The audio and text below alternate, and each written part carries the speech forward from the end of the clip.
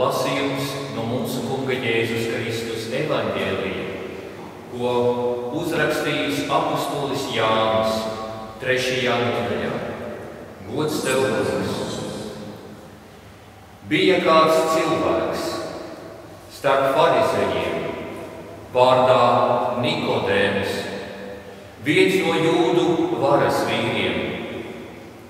Tas nāca naktī pie Jēzus un viņam sacīja: Rabi, mēs zinām, ka tu esi skolotājs no Dieva nācis, jo tādas zīmes, kā tu dari, nevar darīt neviens, ja vien Dievs nav ar to. Jēzus atbildēja un viņam sacīja: Patiesi, patiesi es tev saku, ja kas nepiedzimst no jauna, tas nespēj redzēt Dieva valstību. Nikodēms viņam sacīja: Kā var cilvēks piedzimt vecs būdams? Vai tad var otrais iet savas mātes miesās un piedzimt? Jēzus atbildēja: Patiesi, patiesi es tev saku, tas, kurš nepiedzimst no ūdens un gara, nevar iet Dieva valstībā. Kas piedzimis no miesas, ir miesa, un kas piedzimis no gara, ir gars. Nebrīnies, ka es tev sacīju, jums jāpiedzimst no jauna.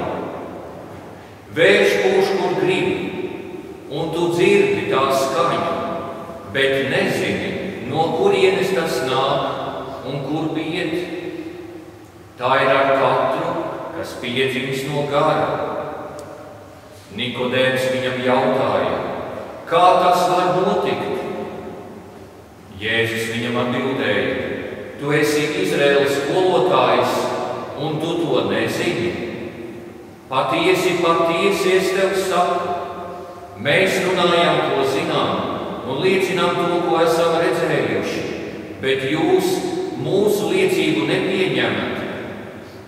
Ja es jums runāju par zemes lietām un jūs neticat, kā jūs ticēsiet tad, kad es runāšu par debesis lietām? Jo neviens nav uzkāpis debesīs, kā vienīgi tas, kas no debesīm nokāpis, cilvēka dēls. Un kā Mūzes čūsku ir paaugstinājis tuksnesī, tāpat jātop paaugstinātam cilvēka dēlam. Lai ikvienam, kas viņam tic, būtu mūžīgā dzīvība. Jo Dievs tā pasauli mīlēja, ka deva savu vienpiedzimušo dēlu, lai ik viens, kas viņam tic, nepazustu, bet tam būtu mūžīgā dzīvība. Jo Dievs sūtīja savu dēlu pasaulē, nevis lai tas pasauli tiesātu, bet lai pasaule caur viņu tiktu glābta. Tas ir kā Kunga evaņģēlijs.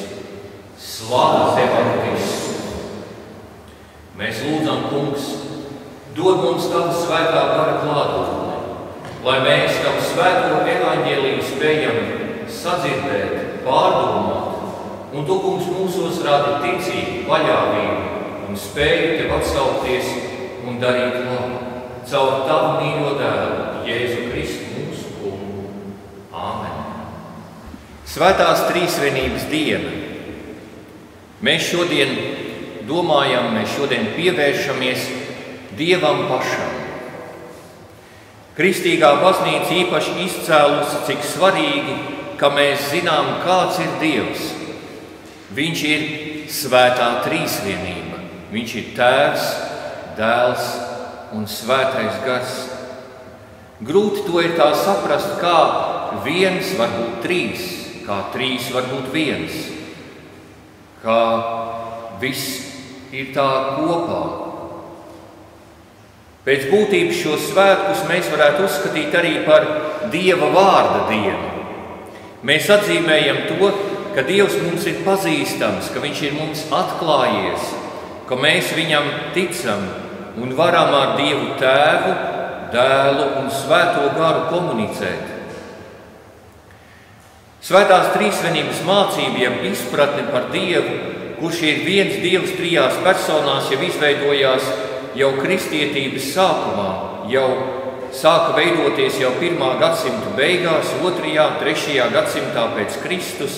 Viens no baznīcas tēviem, svētais Tertuliāns, bija šīs mācības viens no tādiem pamata formulētājiem. Mēs ticam, ka ir viens Dievs, kurš ir Tēvs un Dēls un Svētais Gars, un tā ir kristīgās baznīcas ticības kodols un centrs. Katram kristietim būtu svarīgi kaut vai vispārīgi zināt, ka Dievs ir trīsvienīgs, un kāda tad ir šī trīsvienība, un ka tas ir viens Dievs trijās personās. Un jāsaka, svētie raksti jau, ja mēs tā sakam, ka mēs šodien varam svinēt Dieva vārda dienu, tad Bībelē, vecajā derībā, Dievam ir minēti vairāki vārdi. Ebreju tauta jau pazina Dievu arī ne tikai kā Dievs, kā sugas vārdu, es esmu cilvēks, bet viņš ir Dievs, bet arī to, ka Dievam ir arī vārds. Un ir svētais 4 burtu vārds, ir tetragramma, kas tiek tulkots vai nu Jahve vai nu Jehova, ko ir grūti varbūt saprast, kurš tas ir, bet to ebreji parasti neizrunāja, jo tas bija svētais Dieva vārds. Un pat Dievs, kad viņš atklājās Mozumu, kad viņš atklājās vēl praviešiem, tā viņš arī teica, Jahve ir mans vārds. Tā arī rakstos ir teikts, tāds ir mans vārds. Bet ebrejiem vēl arī bija citi vārdi, ko viņi izrunāja, neizrunājot svēto vārdu, jo tas ir tik svēts, to ikdienā nedrīkst lietot. Viņi teica Adonai, viņi teica kungs. Vienkārši Jahve vietā kungs man to teica, Adonai man to teica. Bet tad, kad Dievs radīja pasauli, tad svētajos rakstos 1. Mūzes grāmatā ir minēts, ka tas ir nevis Dievs, kā latviski mēs ierakstām, bet tur ir rakstīts Elohim, tas ir Dievs, tas ir radītājs, tas ir tas, kas liek pasaulē rasties. Tas ir tas ir spēks, tas ir Dievs, kas liek pasaulē rasties. Vēl arī ir, ko mēs minam bieži vien, un diemžēl jaunajā tulkojumā mēs savādāk to tagad izrunājam, savādāk tur ir rakstīts. Kādreiz bija Dievs debes pulku pavēlnieks, jeb Cebots, jeb Sebaot, kas ir debes pulku vai karaspēka virspavēlnieks, visu eņģeļu valdītājs. Tas ir Dievs Cebots, kā mēs vecajā tulkojumā lasām, vai arī debesu Dievs, kas ir El Shaddai, Dievs, kas ir debesīs, vai arī Dievs, kas ir gaismas Dievs, El Elyon, kas ir tas, kas liek gaismai plūst pasaulē, no kura izplūst gaisma un dzīvība. Var sakot, Dievam svētajos rakstos izrādās ir diezgan daudz vārdu, kā Dievs ir atklājies savai tautai, kā Dieva tauta ir Dievu, varētu teikt, reflektējusi, formulējusi vai griezusies pie Dievu, vai ir saņēmusi no Dieva šo atklāsmi, kāds ir Dievs. Tas nozīmē, ka lai gan Dievs ir noslēpumains un viņš vienmēr, varētu teikt, ir ietīts tādā noslēpuma plīvurā, tomēr viņš atklāja sevi, atklāja cilvēkiem sevi, lai mēs varētu pie viņa griezties ar uzticēšanos, kā Mārtiņš Luters mazajā katehismā raksta, tev būs Dievu mīlēt, tev būs Dievu bīties un mīlēt. Mēs griežamies ar bijību, ar respektu, bet zinot, ka Dievs ir labs un viņa žēlastība paliek mūžīgi, mēs pie viņa vēršamies un mēs meklējam viņu vaigu.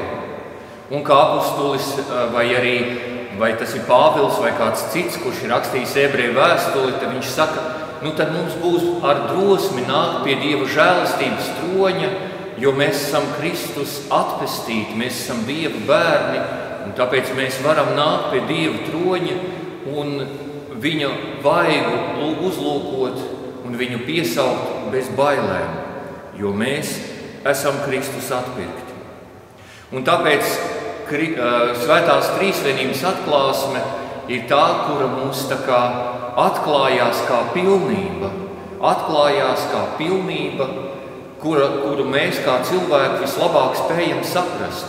Jo arī bieži vien arī radību mēs izprotam trīsvienīgi. Piemēram, laiku mēs saprotam kā tagadni, kā pagātni un kā nākotni. Laiks mums ir trīsvienīgs. Kaut kādā mērā tas nozīmē, ka mēs arī šo pasauli tveram šādi. Un arī telpu mēs saprotam, varētu teikt, trīsvienīgi, kā garumu, platumu un augstumu. Un tā arī Dievs atklājas trīsvienīgi. Dievs ir mūsu pagātne, Dievs ir mūsu tagadne, un Dievs būs mūsu nākotne. Un mēs tajā visā esam. Dievs ir tagadnīgs. Viņš saka, es esmu, kas es esmu. Tas nozīmē, es esmu tagad. Es esmu dzīvo Dievs.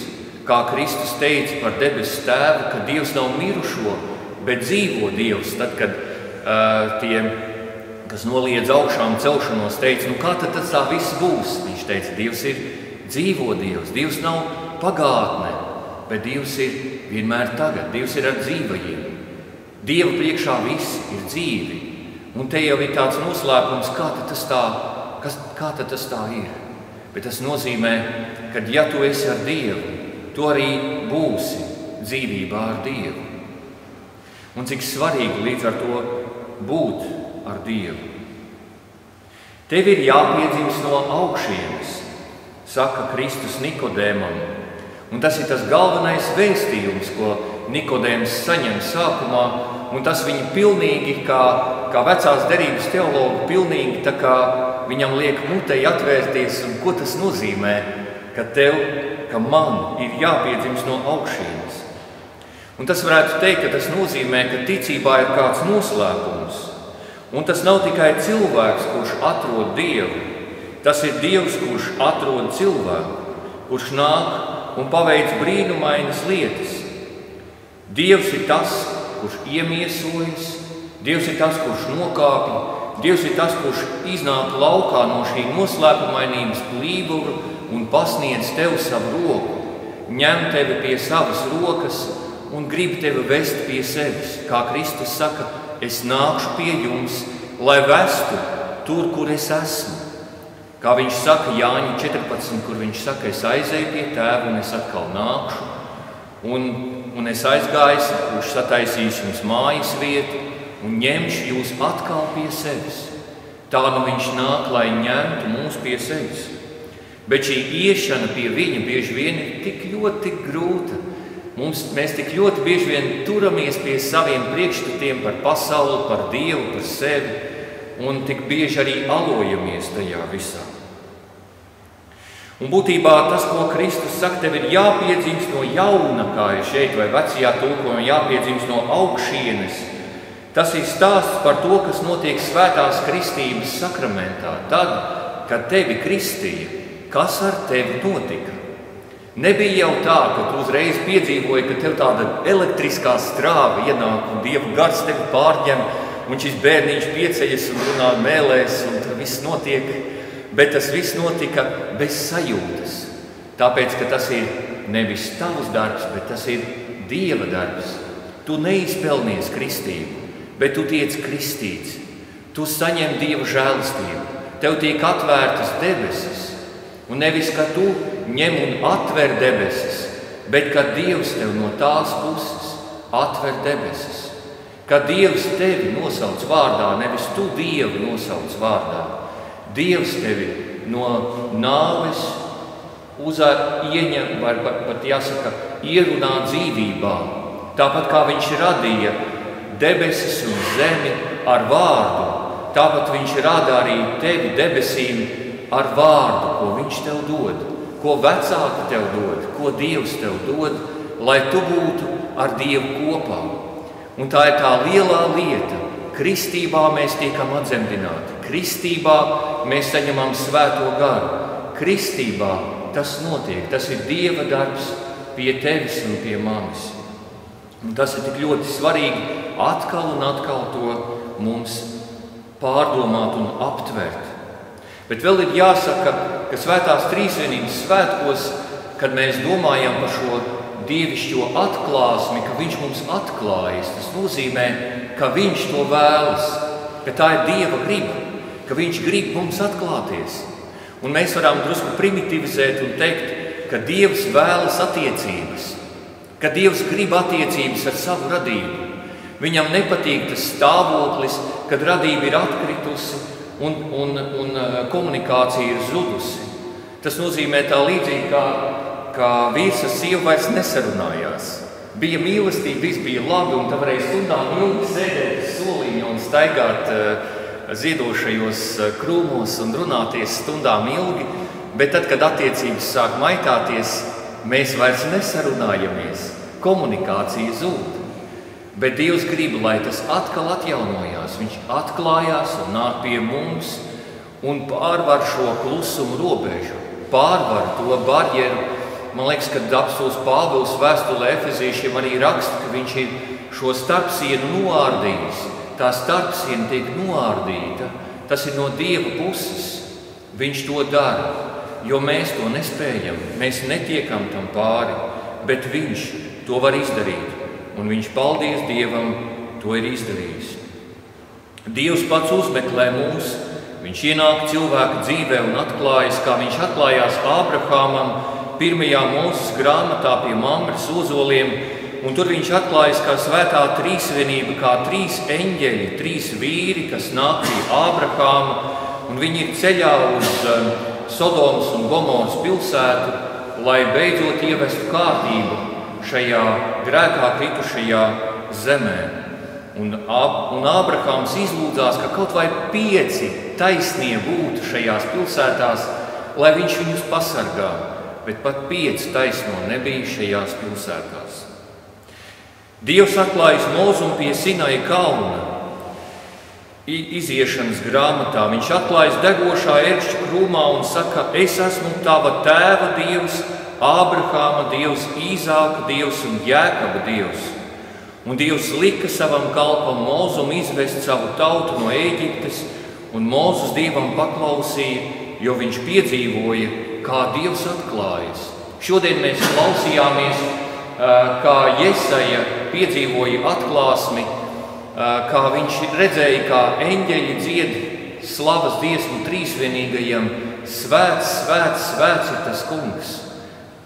Un lūk, un viņš saka, es esmu šeit, sūti mani, jo viņš ir piedzīvojis, jo Dievs ir viņam atklājies. Viņš nepaliek šajā, varētu teikt, pasivitātes stāvoklī, bet viņa sirds ir iedegusies. Dievs iededzina cilvēka sirdi. Kad cilvēks sastopas ar Dievu, Dievs pārmaina cilvēka sirdi, kurš kļūst no tāda, kā var teikt, rezignētā, attālinātā, pasīvā cilvēka, kļūst par tādu, kas atsaucas, kas iet un dara un paklaus un kalpo. Un tas ir tas, kam vajadzētu notikt arī mūsu sirdīs, mīļie, ka mēs atsaucamies, mēs ejam, kalpojam un pagodinam Dievu ar savu dzīvi. Un Dievs vēlas, lai visi cilvēki ir kā Ābrahāms, Mozus, apustuļi, kā Jesaja vai kā šis Nikodēms. Dievs vēlas, lai visi kļūst par Jēzus Kristus mācekļiem, lai visi cilvēki piedzīvo, ka Dievs ir, lai visiem cilvēkiem Dievs ienāktu viņu dzīvē un šīs dzīves izmainītos, lai cilvēku sirdis iedegās. Un tad patiešām ir jautājums, kā tad ir ar mani? Vai es apzinos sevi kā tādu, kuru Dievs ir uzrunājis, kā tādu, kurš ir Dieva bērns, kā tādu, kas Dievam atsaucas? Kā es atsaucos Dievam savā dzīvē, savā ikdienā? Taču nav tik svarīgi, taču nav svarīgi šis mans pašizpratnes jautājums, kāds es esmu cilvēks. Nav tik svarīgi tas, ko es zinu par Dievu, bet svarīgākais ir, kā es esmu Dieva akceptēts, ka es esmu Dieva pieņemts, ka debesis man ir atvērtas, viņas vairs nav aizslēgtas. Vienīgais, kas starp debesīm un mani, tie ir mani grēki. Un tos es varu nolikt Dievu priekšā allaži. Tā nav, varētu teikt, nepārvarams šķērslis. kā mums citreiz šķiet, ka grēki mums nospiež. Bet, kad mēs ejam un uzdrošināmies tos nosaukt vārdā, kad mēs nākam dievkalpojumā, kad mēs nākam pie bikts, tad mēs varam visu nolikt Dievu priekšā un būt atkal šķīsti un tīri un sekot viņam ar prieku un gavilēt svētajā garā. Līdz ar to mēs noslēgumā varam atgriezties atpakaļ pie sākuma, pie trīsvienības svētkiem Dievam. Mēs cildinām viņu, jo mēs viņu pazīstam. Mēs pagodinām Dievu, jo viņš mums dara laimīgus. Mēs dalāmies ar to, ka mēs esam iepazinuši Dievu, jo viņš var palīdzēt arī citiem mums mīļiem cilvēkiem atklāt, cik Dievs ir labs, meklēt un atrast Dievu arī savā dzīvē, pagodināt viņu ar savu attieksmi, ar saviem darbiem un ar saviem vārdiem. Un kā apostolis Pāvils raksta 2. vēstulē korintiešiem, Kunga Jēzus Kristus žēlastība, Dieva Tēva mīlestība un Svētā gara sadraudzība, lai ir ar jums visiem. Āmen!